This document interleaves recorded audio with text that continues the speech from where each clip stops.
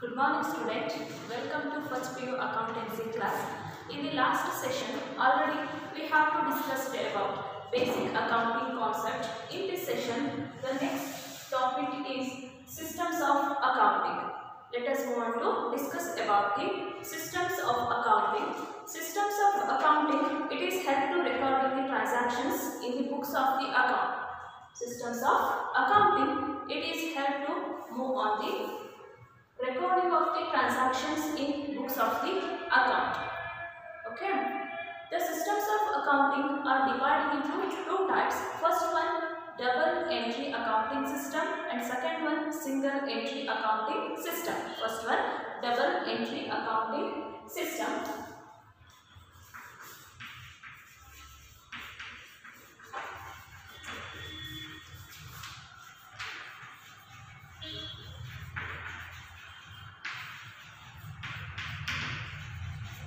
Double entry system of accounting, and second one is single entry system of accounting. So first one, double entry accounting system means it is help to recording the twofold effects. That is, one is receiving aspect and another one is giving aspect. It means one is debit aspect and another one is credit aspect. So double entry system, it is having a twofold account. ಈ double entry accounting system ಅಲ್ಲಿ ಏನು ಮಾಡ್ತೀವಿ, ಎರಡು ಅಕೌಂಟ್ಸ್ಗಳನ್ನು maintain ಮಾಡ್ತಾ ಹೋಗ್ತೀವಿ. ಹಾಗಾಗಿ ಅದನ್ನ double entry system ಅಂತ ಹೇಳೋದು. So one is debit aspect and another one is credit aspect. ಎರಡು ಆಸ್ಪೆಕ್ಟ್ಗಳನ್ನು ಇದರಲ್ಲಿ ಮೇಂಟೈನ್ ಮಾಡ್ತಾ ಹೋಗ್ತೀವಿ. And it is a complete system of recording the books of accounts. Transactions are recording under the books of account. Books of account ಅಲ್ಲಿ ಏನು ಮಾಡ್ತೀವಿ, ಒಂದು complete system ಅನ್ನ ಇದನ್ನ ಏನೇನು ರಿಲೇಟೆಡ್ ಇರುವಂತಹ ಡೆಬಿಟ್ ಅಂಡ್ ಕ್ರೆಡಿಟ್ ಎರಡು ಅಕೌಂಟ್ಸ್ಗೆ ರಿಲೇಟೆಡ್ ಇರುವಂತಹ ಐಟಮ್ಸ್ಗಳನ್ನು ಫುಲ್ ಆಗಿ ಕಂಪ್ಲೀಟ್ ಆಗಿ ಏನು ಮಾಡ್ತೀವಿ, ಈ ಸಿಸ್ಟಮ್ ಅಂಡರಲ್ಲಿ ನಾವು ರೆಕಾರ್ಡ್ ಮಾಡ್ತಾ ಹೋಗ್ತೀವಿ. So the double entry system, it is a scientific method and it is a systematic method of accounting. ಹಾಗಾಗಿ ಇದನ್ನ ಏನು ಕರೀತೀವಿ, it is a scientific method and it is a systematic method. And under this method, double entry system, it is help to avoid or minimize misappropriation of the funds in accounting. ಈ method ಅನ್ನು ನಾವು follow ಮಾಡೋದ್ರಿಂದ ಏನಾಗುತ್ತೆ business ಅಲ್ಲಿ ಅಂತ ಹೇಳಿದ್ರೆ, ಮಿಸ್ಅಪ್ರಾಪ್ರಿಯೇಷನ್ and frauds ಏನಾಗುತ್ತೆ, ಮೋಸಗಳು ಏನಾಗುತ್ತೆ, ಮಿಸ್ಅಪ್ರಾಪ್ರಿಯೇಷನ್ಗಳು ಏನಾಗುತ್ತೆ, ಅದನ್ನು ರೆಡ್ಯೂಸ್ ಮಾಡೋದಕ್ಕೆ ಇದು ನಮಗೆ ಹೆಲ್ಪ್ ಮಾಡ್ತಾ ಹೋಗುತ್ತೆ. To avoid or minimise the misappropriation of the funds in the ಬಿಸ್ನೆಸ್ಸಲ್ಲಿ ಆಗುವಂತಹ ಮಿಸ್ಅಪ್ರಾಪ್ರಿಯೇಷನ್ ಆಗುತ್ತೆ, ಫಂಡ್ಗಳು ಏನು ಮಿಸ್ ಆಗುತ್ತೆ ಅದನ್ನು ನೀಟಾಗಿ ಅಪ್ರೋಪ್ರಿಯೇಟ್ ಮಾಡೋದಕ್ಕೆ ಈ ಡಬಲ್ ಎಂಟ್ರಿ ಅಕೌಂಟಿಂಗ್ ಸಿಸ್ಟಮ್ ನಮಗೆ ಹೆಲ್ಪ್ ಮಾಡ್ತಾ ಹೋಗುತ್ತೆ. And the double entry system, it is provide the accurate and complete system of transaction to the business. ಒಂದು ಕಂಪ್ಲೀಟ್ ಆಗಿರುವಂಥ ಇನ್ಫಾರ್ಮೇಷನನ್ನು ಆ್ಯಂಡ್ ಅಕ್ಯುರೇಟ್ ಇನ್ಫಾರ್ಮೇಷನ್ ಏನು ಮಾಡುತ್ತೆ, ಬಿಸ್ನೆಸ್ಗೆ ಪ್ರೊವೈಡ್ ಮಾಡ್ತಾ ಹೋಗುತ್ತೆ. Then second one, single entry accounting system.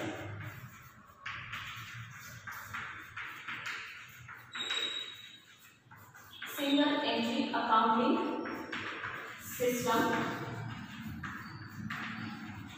So under this system, single entry system under maintaining records of the financial statement, only one effects of the transactions. Under this method, recording only one aspect, that is debit or credit. ಯಾವುದಾದ್ರೂ ಒಂದು aspect ಅನ್ನು ಅಷ್ಟೇ ಏನು ಮಾಡ್ತೀವಿ, ಈ method ಅಲ್ಲಿ ನಾವು record ಮಾಡ್ತಾ ಹೋಗ್ತೀವಿ. So it is called single entry system of book keeping. And it does not record two fold effects of the transaction. Does not record two fold account, means debit and credit ಎರಡೂ account ಅನ್ನು ಇದು maintain ಮಾಡಲ್ಲ. It record only one account, either debit or either credit. ಯಾವುದಾದ್ರೂ ಒಂದನ್ನು ಏನು ಮಾಡ್ತೇವೋ accounts ಅಲ್ಲಿ maintain ಮಾಡ್ತಾ ಹೋಗಿ. So the single entry system of accounting, it is a unscientific method and it is a unsystematic method of accounting. ಹಾಗಾಗಿ ಇದನ್ನ ಏನಂತ ಕರಿತೀವಿ, ಒಂದು ಅನ್ಸೈಂಟಿಫಿಕ್. ಇದರಿಂದ ನಮಗೆ ಅಕ್ಯುರೇಟ್ ಟ್ರಾನ್ಸಾಕ್ಷನ್ಸ್ ವ್ಯಾಲ್ಯೂಸ್ ಎಷ್ಟೊಂದು ಸಿಗಲ್ಲ. And it is a unsystematic method. ಹಾಗಾಗಿ ಏನಾಗುತ್ತೆ, ಒಂದು ಸಿಸ್ಟಮೆಟಿಕ್ ವೇಯಲ್ಲಿಲ್ಲ. ನಮಗೆ ನೋಡಿದ ತಕ್ಷಣ ಅಕ್ಯುರೇಟ್ ಫಿಗರ್ ಎಷ್ಟಿದೆ, ಫ್ಯಾಕ್ಟ್ಸ್ ಎಷ್ಟಿದೆ ಅಂತ ಗೊತ್ತಾಗುತ್ತೆ ಯಾವುದನ್ನ ಡಬಲ್ ಎಂಟ್ರಿ ಅಕೌಂಟಿಂಗ್. ಯಾಕೆಂದರೆ ಎರಡು ಆಸ್ಪೆಕ್ಟ್ ಇರುತ್ತೆ, ಡೆಬಿಟ್ ಆ್ಯಂಡ್ ಕ್ರೆಡಿಟ್ ಎರಡೂ ಇರುತ್ತೆ. ಬಟ್ ಇದರಲ್ಲಿ recording only one aspect, debit ಇರ್ಬೋದು ಅಥವಾ ಕ್ರೆಡಿಟ್ ಇರ್ಬೋದು, ಅದರಲ್ಲಿ ಒಂದು ಆಸ್ಪೆಕ್ಟನ್ನು ಮಾತ್ರ ಏನು ಮಾಡ್ತೀವಿ ನಾವು ರೆಕಾರ್ಡ್ ಮಾಡ್ತಾ ಹೋಗ್ತೀವಿ. ಸೊ ಹಾಗಾಗಿ ಈ ಮೆಥಡ್ ಏನಾಗುತ್ತೆ, single entry system of accounting ಆಗಿದೆ. Then differences between single entry accounting system and double entry accounting system. Differences between single entry accounting system and double entry accounting system.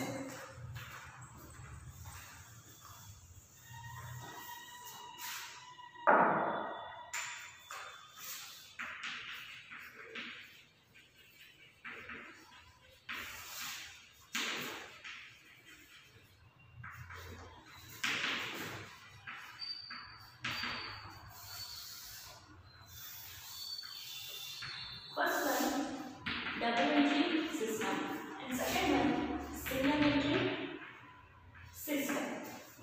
Already ನಾವು meaning ಅಲ್ಲಿ ನಾವು ನೋಡ್ತಾ ಹೋಗಿದ್ವಿ. ಏನೇನು meaning ಅಲ್ಲಿ ನೋಡಿದ್ವಿ, meaning ಅನ್ನ ನೋಡಿದಾಗ ಅದೇ ಒಂದು ಮೇನ್ ಡಿಫರೆನ್ಸಸ್ ಆಗಿ ತಗೋಬಹುದು. And the double entry accounting system, it is recording the two-fold accounts. That is, one is debit and another one is credit. But under the single entry accounting system, it is hard to record only one aspect. Either debit or either credit. ಯಾವುದು ಒಂದನ್ನು ಮಾತ್ರ entry ಮಾಡಿದ್ರೆ single entry system ಆಗಿರುತ್ತೆ. Is a two-fold effects and it is a single or one-fold effects. Under this method, recording only two methods. Under this method, recording only one aspect or one effect transactions of the accounting. ಇದರಲ್ಲಿ debit and credit ಎರಡನೇ entry ಮಾಡ್ತೀವಿ. ಇದರಲ್ಲಿ recording only debit R credit ಯಾವುದಾದ್ರು ಒಂದನ್ನು ಮಾತ್ರ ಇದರಲ್ಲಿ record ಮಾಡ್ತಾ ಹೋಗ್ತೀವಿ. And second one, the double entry accounting system, it is a systematic method.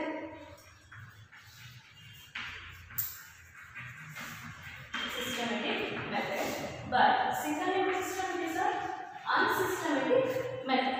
ಇದರಲ್ಲಿ ಏನಾಗುತ್ತೆ, ಸಿಸ್ಟಮ್ಯಾಟಿಕ್ ಆಗಿರುತ್ತೆ. ಯಾಕೆಂದರೆ two-fold ಅಕೌಂಟ್ಸ್ ಅನ್ನು ಮೇಂಟೈನ್ ಮಾಡೋದ್ರಿಂದ ಅಲ್ಲಿರುವಂಥ ಟ್ರಾನ್ಸಾಕ್ಷನ್ಸ್ ಎಲ್ಲ ಏನಾಗುತ್ತೆ, ನೀಟಾಗಿ ನಾವು ಅಂಡರ್ಸ್ಟ್ಯಾಂಡ್ ಮಾಡ್ಕೋಬೇಕು. ಡೆಬಿಟ್ ಆ್ಯಂಡ್ ಕ್ರೆಡಿಟ್ ಎರಡೂ ಇರೋದು. So double entry accounting system, it is a systematic method and single entry system is a unsystematic method. And third one, the double entry accounting system, it is a scientific method. Scientific method, but single entry accounting system is a unscientific method. ಇದು ಒಂದು scientific figures ಅನ್ನು ನಮಗೆ provide ಮಾಡೋದಾಗುತ್ತೆ. ಇದರಲ್ಲಿ ನಮಗೆ accurate answer ಸಿಗುತ್ತೆ. So it is a unscientific method. And the double entry accounting system is a complete accounting system. And single entry system is a incomplete accounting system. ಇದರಲ್ಲಿ ಏನಾಗಿರುತ್ತೆ, single ಎಂಟ್ರಿಯಲ್ಲಿ complete information ಸಿಗಲ್ಲ. So it is a incomplete method. And double entry accounting system is a complete method. So it is provide the full information about the accounting transaction to the ಬಿಸ್ನೆಸ್ಗೆ full accounting information, complete information ಅನ್ನು ಇದು provide ಮಾಡ್ತಾ ಹೋಗುತ್ತೆ. And double entry system of accounting, it is avoid or minimize the misappropriation of the funds. But single entry system of accounting, it is does not help to misappropriation of the funds. ಇದರಲ್ಲಿ ಏನಾಗುತ್ತೆ, fund ಅನ್ನು ಮಿಸ್ಅಪ್ರಾಪ್ರಿಯೇಟ್ ಆಗೋದನ್ನು avoid ಮಾಡೋಕ್ಕಾಗಲ್ಲ single entry system ಅಲ್ಲಿ. But ಇದರಲ್ಲಿ ಪೂರ್ತಿಯಾಗಿ funds appropriate ಆಗೋದನ್ನು, fraud ಆಗೋದನ್ನು ಅವಾಯ್ಡ್ ಮಾಡೋದಕ್ಕೆ ಈ ಡಬಲ್ ಎಂಟ್ರಿ ಅಕೌಂಟಿಂಗ್ ಸಿಸ್ಟಮ್ ನಮಗೆ ಹೆಲ್ಪ್ ಮಾಡ್ತಾ ಹೋಗುತ್ತೆ. ಇದೆರಡು ನಿಮಗೆ 2 ಮಾರ್ಕ್ಸ್ ಅಲ್ಲಿ ಒಂದು ಕ್ವಶನ್ ಇರುತ್ತೆ. What is double entry accounting system and what is single entry accounting system. ಅದಕ್ಕೆ ಏನಿಲ್ಲ ಅಂದರೆ differences between double entry and single entry ಅಂತ ಹೇಳ್ಬಿಟ್ಟು ಒಂದು ಕ್ವಶನ್ ಆದರೂ 2 ಮಾರ್ಕ್ಸ್ ಅಲ್ಲಿ ಕಂಪಲ್ಸರಿ ಎಕ್ಸಾಮ್ ಬರುತ್ತೆ. Then next topic, basis of accounting.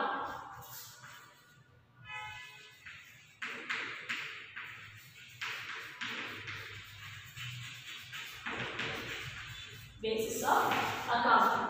The basis of accounting from the point of view, the timing of the revenue recognition and cost recognition, they can be divided into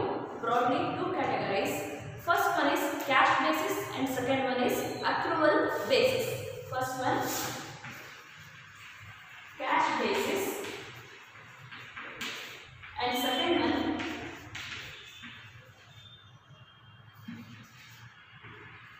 accrual basis. Broadly categorized into two types. First one is cash basis and second one is accrual basis. So first one, accrual basis means entries in the books of the accounts are made when cash is received or when cash is paid. When cash is received or when cash is paid, and not when the receipt or payment becomes due, but not on the date of transaction. Under the cash basis, recording the entries or recording the transactions in the books of the accounts when cash is recognized or when cash is received or paid. So cash basis ಅಲ್ಲಿ ಏನಾಗುತ್ತೆ, entry ಯಾವಾಗಾದರೂ transact ಆಗಲಿ, but ಯಾವಾಗ ನಾವು ಕ್ಯಾಶನ್ನು receive ಮಾಡ್ತೀವಿ, ಯಾವಾಗ ಕ್ಯಾಶನ್ನು pay ಮಾಡ್ತೀವಿ, ಆ ಟೈಮಲ್ಲಿ ಎಂಟ್ರಿ ಮಾಡೋದೇ ಕ್ಯಾಶ್ ಬೇಸಿಸ್ ಆಗಿದೆ. For example, office rent for the month of December 2019. Office rent due for the month of the December 2019 is paid in Jan 2020. Is paid in Jan 2020. It would be recorded in the books of the accounts only in Jan 2020 date. ಏನಾಗುತ್ತೆ, rent due ಇರೋದು December ಅಲ್ಲಿ ಇದೆ, but ಅಮೌಂಟನ್ನು pay ಮಾಡಿರೋದು ಯಾವಾಗ, ಅಮೌಂಟನ್ನು pay ಮಾಡಿದ್ದು ಮತ್ತು ರಿಸೀವ್ ಮಾಡ್ಕೊಂಡಿದ್ದು ಯಾವಾಗ, ಜಾನ್ 2020. ಸೊ ಅಲ್ಲಿ ನಮಗೆ ರೆಕಗ್ನೈಸ್ ಆಗಿರುವಂತಹ ಅಮೌಂಟ್ ರಿಸೀವ್ಡ್ ಯಾವ ಟೈಮಲ್ಲಿದೆ, ಜಾನ್ 2020. ಸೊ ಹಾಗಾಗಿ ನಾವು ಏನು ಮಾಡ್ತೀವಿ, ಈ ಜಾನ್ 2020 ಏನು ಮಾಡ್ತೀವಿ, office rent paid or business ಅವರು ಆಫೀಸ್ ರೆಂಟ್ ಪೇಡ್ ಅಂತ ಎಂಟ್ರಿ ಮಾಡ್ತಾರೆ. ಆ್ಯಂಡ್ ಅದ್ರದ್ದು ಯಾರು ರೆಸ್ಪಾನ್ಸಿಬಿಲಿಟಿ ಇರ್ತಾರೆ, ಓನರ್ ಯಾರಿರ್ತಾರೆ, ಅವ್ರ ಅಕೌಂಟಲ್ಲಿ ಏನು ಮಾಡ್ತಾರೆ, ರೆಂಟ್ ರಿಸೀವ್ಡ್ ಅಂತ ಹೇಳ್ಬಿಟ್ಟು ಎಂಟ್ರೀಸನ್ನು ಪಾಸ್ ಮಾಡ್ಕೊಡ್ತಾರೆ. ಸೊ ಕ್ಯಾಶ್ ಬೇಸಿಸ್ ಅಂದರೆ when cash received or cash paid, ಯಾವಾಗ ಕ್ಯಾಶನ್ನು ರಿಸೀವ್ ಮಾಡ್ತೀವಿ, ಯಾವಾಗ ಕ್ಯಾಶನ್ನು ಪೇ ಮಾಡ್ತೀವಿ, ಆ ಟೈಮಲ್ಲಿ ಎಂಟ್ರಿ ಮಾಡೋದು ಕ್ಯಾಶ್ ಬೇಸಿಸ್ ಆಗಿರುತ್ತೆ. And second one accrual basis. So accrual basis means revenue and expenses are recognized in the period in which occurred rather when the accounting paid or received. Accounting entries ಅಲ್ಲಿ ಯಾವತ್ತು ನಾವು ಎಂಟ್ರೀಸನ್ನು recognise ಮಾಡ್ತೀವಿ ಅಂದರೆ, ಈಗ ನಾನು ಅಮೌಂಟನ್ನು pay ಮಾಡ್ತಿದ್ದೀನಿ ಅಂತಂದರೆ ಅವತ್ತೇ ಏನು ಮಾಡ್ತೀವಿ, ನಾವು ಎಂಟ್ರೀಸನ್ನು ಪಾಸ್ ಮಾಡಬೇಕು. ಅಂದರೆ ಅದು ಬ್ಯಾಲೆನ್ಸ್ ಡ್ಯೂ ಇದ್ರೂ ಕೂಡ ಏನು ಮಾಡ್ತೀವಿ, ಅದಕ್ಕೆ ಡೇಟನ್ನು ರೆಕಗ್ನೈಸ್ ಮಾಡಬೇಕು. ಇವತ್ತು ಎಂಟ್ರೀಸ್ ಆಗಿದೆ, ಇವತ್ತು ನಾವು ಕ್ಯಾಶನ್ನು ಪೇ ಮಾಡಬೇಕಾಗಿದೆ, ಬಟ್ ಕ್ಯಾಶ್ ಪೇ ಆಗಿಲ್ಲ, ಡೇಟ್ ಏನಿದೆ ಇವತ್ತು 2020 ಜಾನ್ ಅಂತ ಅನ್ಕೋಣ. ಸೊ ಅವತ್ತೇ ಏನು ಮಾಡಬೇಕು, ನಾವು ಎಂಟ್ರೀಸನ್ನು ಪಾಸ್ ಮಾಡ್ತಾ ಹೋಗ್ಬೇಕು. ಅದನ್ನೇನಂತ ಕರೀತಾರೆ, ಅಕ್ರೂವಲ್ ಬೇಸಿಸ್ ಅಂತ ಹೇಳ್ಬಿಟ್ಟು ಹೇಳ್ತೀವಿ. So accrual basis means revenue and expenses are recognised in the period in which they occur rather when they are paid. ನಾವು ಯಾವ ದಿನ ಅದು ಅಕರ್ ಆಗುತ್ತೆ, ಯಾವ ದಿನ ನಾವು ಪೇ ಮಾಡಬೇಕು, ಯಾವ ದಿನ ನಾವು ಅಮೌಂಟನ್ನು ಪೇ ಮಾಡ್ತಾ ಇದ್ದೀವಿ ಅಥವಾ ಟ್ರಾನ್ಸಾಕ್ಷನ್ ಯಾವ ದಿನ ಆಗಿದೆ, ಅದೇ ಡೇಯನ್ನು ತಗೊಳ್ಳೋದೇ ಅಕ್ರೂವಲ್ ಬೇಸಿಸ್ ಆಗಿದೆ. For example, credit sale for the month of December 2019. Credit sale for the month of the December 2019 realized in the March 2020. Realized in the March 2020. ಏನಂದ್ರೆ ಕ್ರೆಡಿಟ್ ಸೇಲ್ ಆಗಿದೆ ಡಿಸೆಂಬರ್ 2019 ಅಲ್ಲಿ credit sale ಅನ್ನು ಮಾಡಿದ್ದಾರೆ, but the recognised of the credit sale on March 2020. ಅದು ಯಾವಾಗ recognised ಆಗಿದೆ, ಯಾವಾಗ realise ಆಗಿದೆ, ಅದು ಮಾರ್ಚ್ 2020 ಅಲ್ಲಿ ಗೊತ್ತಾಗಿದೆ ನಮಗೆ ಯಾವತ್ತು ಕ್ರೆಡಿಟ್ ಸೇಲ್ ಆಗಿದೆ ಅಂತ ಹೇಳಿ. So on that time it will be recorded in the books of the account as December 2019. So ಅವಾಗ ಏನು ಮಾಡ್ತೀವಿ, ಈ ಡಿಸೆಂಬರ್ 2019 ಅಲ್ಲಿ ಏನು ಮಾಡ್ತೀವಿ, ಅದನ್ನ ರೆಕಾರ್ಡ್ ಮಾಡ್ತಾ ಹೋಗ್ತೀವಿ. ಅದನ್ನೇನಂತ ಕರಿತೀವಿ, ಅಕ್ರೂವಲ್ ಬೇಸಿಸ್ ಅಂತ ಹೇಳ್ತೀವಿ. ಇದರಲ್ಲಿ ಏನಾಗುತ್ತೆ, ಕ್ಯಾಶ್ ಬೇಸಿಸ್ ಅಲ್ಲಿ when cash is received or when cash is paid, ಯಾವತ್ತು ಯಾವ ದಿನ ನಾವು ಕ್ಯಾಶ್ ಪೇ ಮಾಡ್ತೀವಿ, ಯಾವ ದಿನ ನಾವು ಕ್ಯಾಶನ್ನು ರಿಸೀವ್ ತಗೊಳ್ತೀವಿ, ಅದೇ ದಿನ ಎಂಟ್ರಿ ಮಾಡೋದಕ್ಕೆ ಕ್ಯಾಶ್ ಬೇಸಿಸ್ ಅಂತ ಹೇಳ್ತೀವಿ. ಇದೇನಾಗುತ್ತೆ, ಯಾವ ದಿನ ಟ್ರಾನ್ಸಾಕ್ಟ್ ಆಗಿರುತ್ತೆ, ಯಾವ ದಿನ ನಾವು ಅಕೌಂಟನ್ನು ಟ್ರಾನ್ಸಾಕ್ಷನ್ ಮಾಡಿರ್ತೀವಿ, ಅದೇ ದಿನ ತಗೊಳ್ಳೋದೆ ಅಕ್ರೂವಲ್ ಬೇಸಿಸ್ ಆಗಿರುತ್ತೆ. ಇಲ್ಲಿ ಕ್ಯಾಶ್ ಬರಲ್ಲ, ನಮಗೆ ಕ್ಯಾಶ್ ಯಾವಾಗಾದರೂ ಅದು ಪೇ ಆಗಿರ್ಬೋದು ಅಥವಾ ಯಾವಾಗಾದರೂ ರಿಸೀವ್ ಆಗ್ಬೋದು. ಸೊ ಯಾವ ದಿನ ನಾವು ಟ್ರಾನ್ಸಾಕ್ಷನನ್ನು ಮಾಡಿರ್ತೀವಿ ಅದೇ ದಿನನೇ ಮೇಂಟೈನ್ ಮಾಡುತ್ತೆ accrual basis.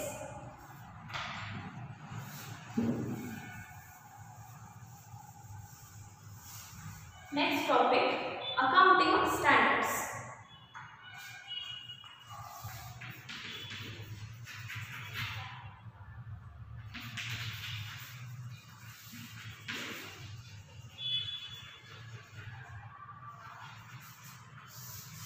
Accounting standards. So accounting standards means accounting standards are written statement of uniform accounting rules and guidelines or practices for preparing in uniform and consistent financial statement. So accounting standards means it is a provide the information about the rules, guidelines and practices of preparing the financial statement. So financial statement ಅನ್ನು prepare ಮಾಡಬೇಕು ಅಂದರೆ ಅದಕ್ಕೆ related ಇರುವಂತಹ ರೂಲ್ಸ್ಗಳನ್ನು, ಗೈಡ್ಲೈನ್ಸ್ಗಳನ್ನು, ಪ್ರಾಕ್ಟೀಸಸ್ಗಳನ್ನು provide ಮಾಡೋದೇ ಈ accounting standard ಆಗಿರುತ್ತೆ. Then the accounting standards it affect the user of the accounting information. It affects on the user of the accounting information. Accounting information ಅನ್ನು ಯಾರು ಯೂಸ್ ಮಾಡ್ತಾರೆ ಅಥವಾ ಯಾರು ಪ್ರಿಪೇರ್ ಮಾಡ್ತಾರೆ ಅವ್ರ ಮೇಲೆ ಇದು ಎಫೆಕ್ಟ್ ಆಗ್ತಾ ಹೋಗುತ್ತೆ. ಸೊ ಅವ್ರಿಗೆ ಒಂದು ಫೈನಲ್ ಡಿಸಿಷನ್ ಅನ್ನು ತಗೊಳ್ಳೋದಕ್ಕೆ ಇದು ಹೆಲ್ಪ್ ಆಗ್ತಾ ಹೋಗುತ್ತೆ. ಅಕೌಂಟಿಂಗ್ ಸ್ಟ್ಯಾಂಡರ್ಡ್ ರೂಲ್ಸ್ ಇರ್ಬೋದು, ಗೈಡ್ಲೈನ್ಸಸ್ಗಳು ಇರ್ಬೋದು. And accounting standards cannot override the provision of the application of the laws and customs or usage of the business environment in the economy and country. ಈ ಕಂಟ್ರಿಯಲ್ಲಿರುವಂತಹ ಏನೇನು economy ಇದೆ ಅಥವಾ ಏನೇನು usage loss ಇದೆ ಅಥವಾ customs ಏನಿದೆ, ಏನು ಟ್ರೆಡಿಷನ್ಸ್ ಇದೆ ಅದನ್ನು ಬೀಟ್ ಮಾಡಿದ್ರೆ ಅದೇ ರೋಲಲ್ಲಿ ಏನು ಮಾಡ್ತಿದ್ದು ಅದೇ ಟ್ರ್ಯಾಕಲ್ಲಿ ಅಕೌಂಟಿಂಗ್ ಸ್ಟ್ಯಾಂಡರ್ಡ್ಸ್ ರೂಲ್ಸ್ ಮತ್ತು ರೆಗ್ಯುಲೇಷನ್ಸ್ಗಳನ್ನು ಪ್ರೊವೈಡ್ ಮಾಡ್ತಾ ಹೋಗಿದೆ. ಸೇಮ್ ಅದೇ ರೂಲ್ಸ್ಗಳನ್ನು, ಗೈಡ್ಲೈನ್ಸ್ಗಳನ್ನು, ಪ್ರಾಕ್ಟೀಸಸ್ಸನ್ನು ಇಟ್ಕೊಂಡ್ಬಿಟ್ಟು ಏನು ಮಾಡ್ತೀವಿ ಈ ಅಕೌಂಟಿಂಗ್ ಸ್ಟ್ಯಾಂಡರ್ಡ್ಸನ್ನು ಯೂಸ್ ಮಾಡಿಕೊಂಡು preparation of the financial statement, ಅಕೌಂಟ್ಸ್ಗಳನ್ನು, ಫೈನಾನ್ಷಿಯಲ್ ಸ್ಟೇಟ್ಮೆಂಟನ್ನು ಪ್ರಿಪೇರ್ ಮಾಡ್ತಾ ಹೋಗ್ತೀವಿ. Then ICAI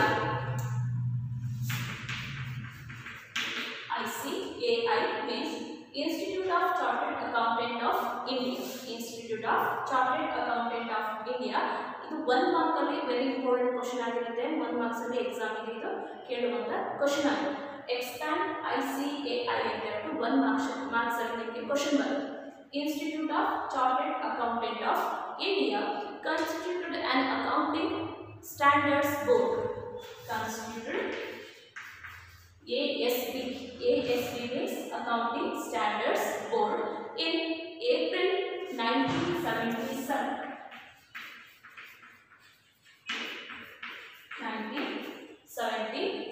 For the purpose of developing accounting standards. Accounting standards na development ಮಾಡೋದಕ್ಕೆ ICAI ಇನ್ಸ್ಟಿಟ್ಯೂಟ್ ಮಾಡಿದ್ದು ASB Accounting Standard Board ಅನ್ನ ರೀಕನ್ಸ್ಟಿಟ್ಯೂಟ್ ಮಾಡಿದ್ರು, ಅದನ್ನ ರಚನೆಯನ್ನು ಮಾಡಿದ್ರು. ಸೊ ರಚನೆ ಮಾಡಿರೋದು ಯಾವಾಗ, ಅದನ್ನ ಕ್ರಿಯೇಟ್ ಮಾಡಿದ್ದು ಯಾವಾಗ, ಇನ್ ಏಪ್ರಿಲ್ 1977 ಅಲ್ಲಿ ಅದನ್ನ ರೀಕನ್ಸ್ಟಿಟ್ಯೂಟ್ ಮಾಡಿಬಿಟ್ಟು ಅಕೌಂಟಿಂಗ್ ಸ್ಟ್ಯಾಂಡರ್ಡ್ಸ್ ಅನ್ನ development for the accounting standards ಅನ್ನ ಡೆವಲಪ್ಮೆಂಟ್ ಮಾಡೋದಕ್ಕೆ ಅದು ಈಗ ಬೋರ್ಡ್ ಅನ್ನ ಏನು ಮಾಡಿದ್ರು, ಇಂಟ್ರೊಡ್ಯೂಸ್ ಅನ್ನ ಮಾಡ್ತಾ ಹೋದ್ರು. The next one is IFRS. IFRS means International Financial Reporting Standards. International Financial Reporting Standards. It is globally accepted accounting standards developed by IASB.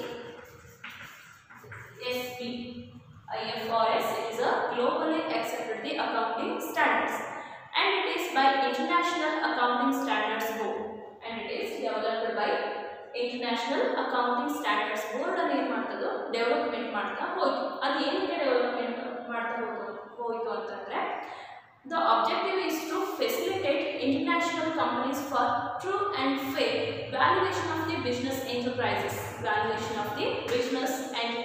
True and fair valuation. ಅದು ಅಕ್ಯುರೇಟ್ ಆಗಿರುವಂತಹ ಒಂದು ನಮಗೆ ಬೇಕಾಗಿರುವಂತಹ ಮೀನಿಂಗ್ಫುಲ್ ಇನ್ಫಾರ್ಮೇಷನ್ ಅನ್ನು ಅದು provide ಮಾಡೋದಕ್ಕೆ ಈ accounting standards ಬೋರ್ಡ್ಗಳು ನಮಗೆ ಹೆಲ್ಪ್ ಮಾಡ್ತಾ ಹೋಯಿತು. ಈ 4 ನಿಮಗೆ ಇಂಪಾರ್ಟೆಂಟ್ ಆಗಿ 1 ಮಾರ್ಕ್ಸ್ ಕ್ವಶನ್ ಆಗಿ ಬರುವಂಥದ್ದಾಗಿದೆ.